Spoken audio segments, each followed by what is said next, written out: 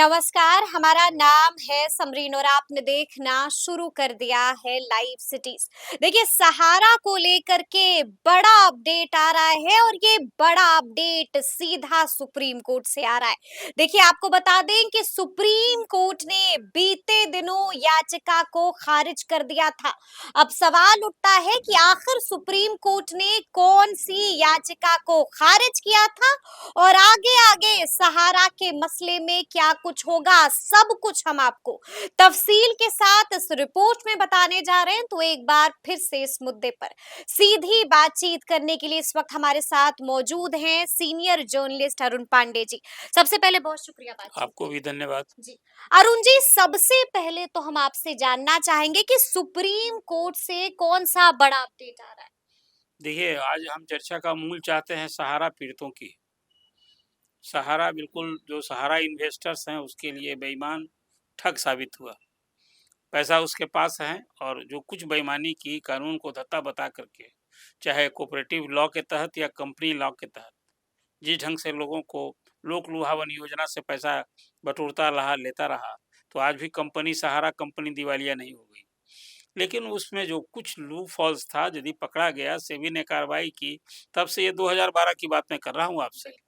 अब 2012 के बाद सुप्रीम कोर्ट ने सख्ती दिखाई और उसी सख्ती का असर हुआ कि सुब्रत राय जो सहारा के चेयरमैन थे उनको जेल भेजा गया।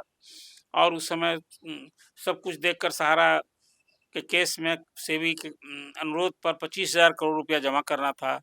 सहारा ने नहीं दिया। आज तक वो 17 साढ़े 17,000 करोड़ दिया। अब वो बचा जो 10,000 करोड़ है, एक लड़ाई वो अब सहारा लड़ रहा है।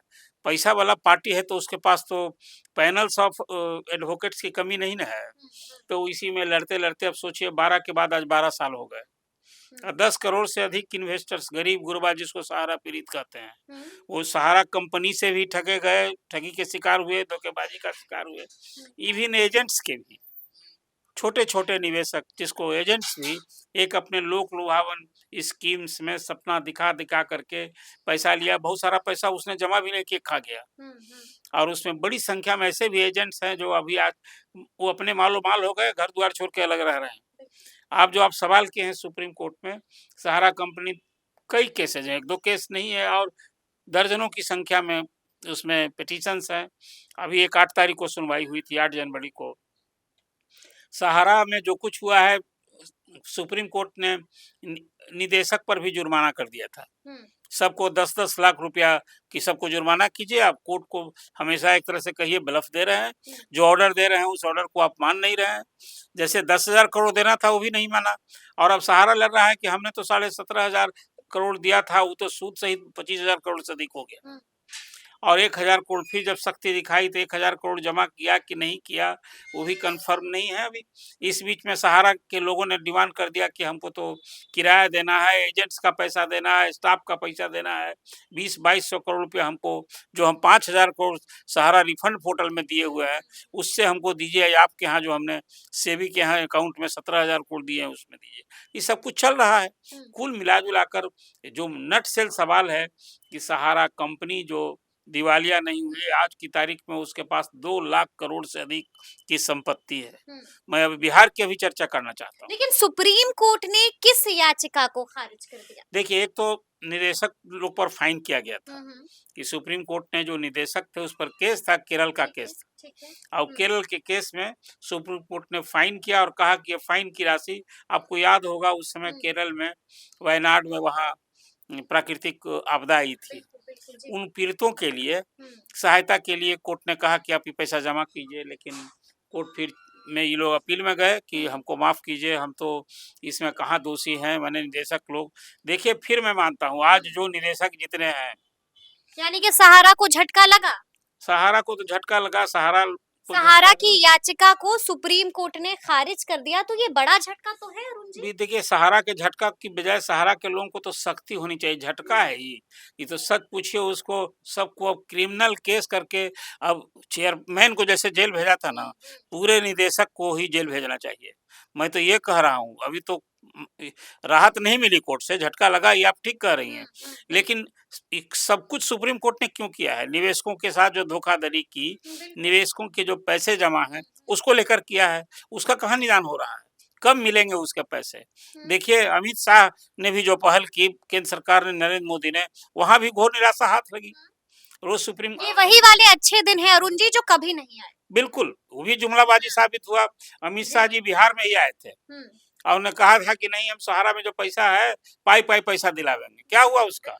आपने 5,000 करोड़ सहारा रिफंड पोर्टल के लिए जो किया, आज तक 1,000 करोड़ भी नहीं बटा। आपने इस ढंग का उसका सिस्टम बना दिया है कि अब वो लोग सबमिट करते हैं तो लिखता है कि डाटा मैच नहीं करता है। एक इधर नई खबर थी कि सहारा में अभी 5 लाख का था पहले रिफंड के पोर्टल में डालने का, अब 15 लाख कर दिया है। और अभी एक नोटिस आई है, मैं देख रहा हूँ इधर, इसी 2-3 दिन पहले आया है कि उसमें कुछ गड़बड़ हो रहा है सिस्टम में, तो अभी उसको पोर्टल पर सहारा ने नोटिस निकाला। हाँ, सहारा नहीं, सहारा तो आनंद कर रहा है सहारा। हाँ, तो नोटिस किसने निकाला? नोटिस सेबी के तरफ से है, वो सहारा रिफंड पोर्टल के तरफ से है कि भाई अभी उसमें कुछ लोचा आ गया है, लेकिन अब 15 लाख करोड़ तक आप सबमिशन कर सकते हैं। 5 लाख का था तो 50,000 तक रुपए किस्तों मिलने लगे थे। तो वही तो मैं आपसे बताया ना आपको कि वो मुश्किल 1,000 करोड़ भी नहीं बटा अभी तक 5,000 करोड़ में। और उधर जो 1,000 करोड़ 10,000 करोड़ जमा करना था, उसमें अभी 1,000 करोड़ अब सहारे लड़ रहा है कि हमको आप जो पैसा हम दिए हुए हैं उसी में से दीजिए।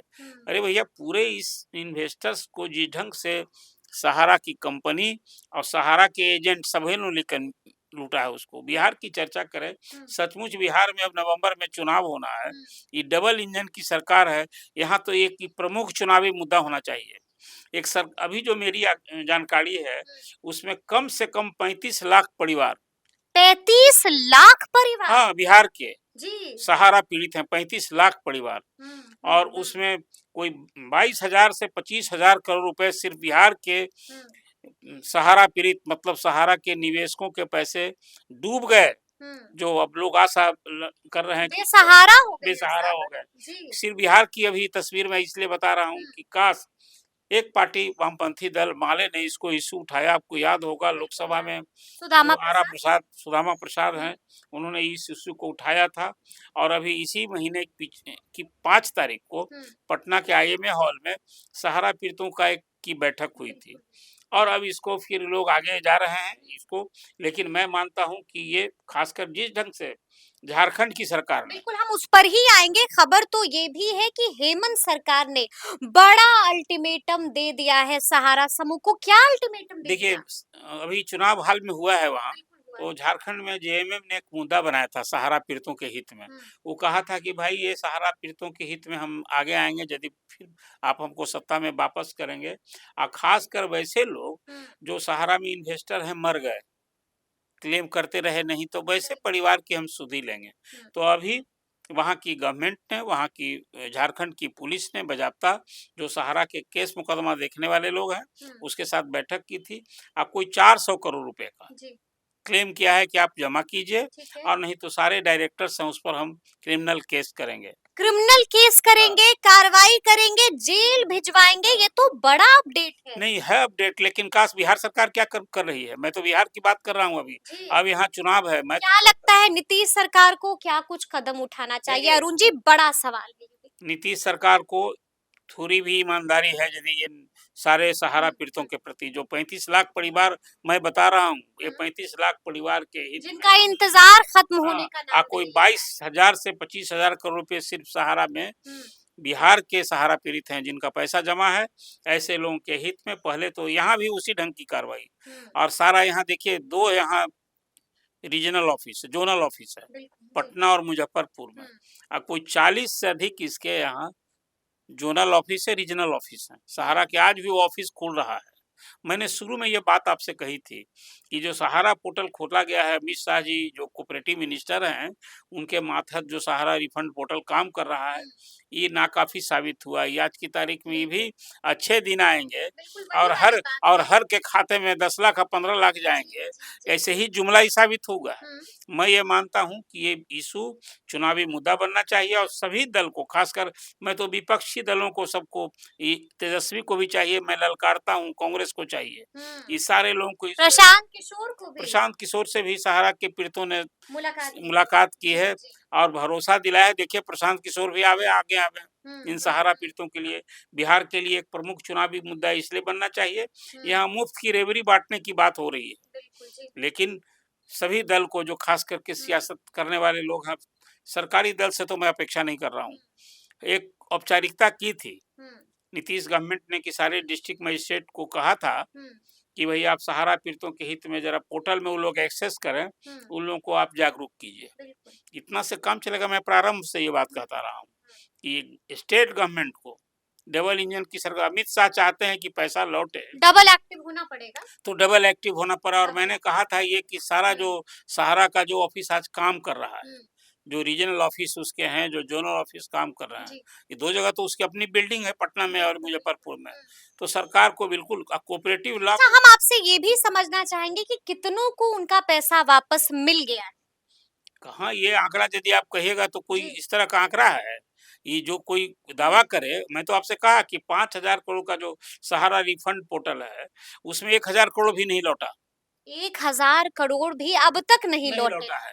सोचने का विषय। और सहारा के लोग इसी लड़ाई को लड़ रहे हैं कि देखिए हम तो 5,000 करोड़ दे दिए थे, आई अभी तक से भी नहीं लौटा पाया, जो सिस्टम हुआ हम ही को बने। कितनी बार फटकार भी लगी। सहारा कंपनी चाहती है, जानते हैं क्या, कि फिर उनको वही काम फिर मिल जाए, फिर इसी तरह से लोगों को। देखिए सहारा की साख तो खत्म हो गई, अब सहारा में कोई इन्वेस्ट करेगा? जो डूब गया है अभी। अभी तो एक आकलन मैंने उस समय किया था कि 86,000 करोड़ मूलधन है। आज ये जो 22,000 करोड़, बिहार की बात मैं कर रहा हूँ आपको, ये 22,000 करोड़ जितना दिन से 16 से तो बंद है, 16 तक तो लोग सब डिपॉजिट करा रहा था, 12 से ही शुरू हुआ सुप्रीम कोर्ट में सेबी का।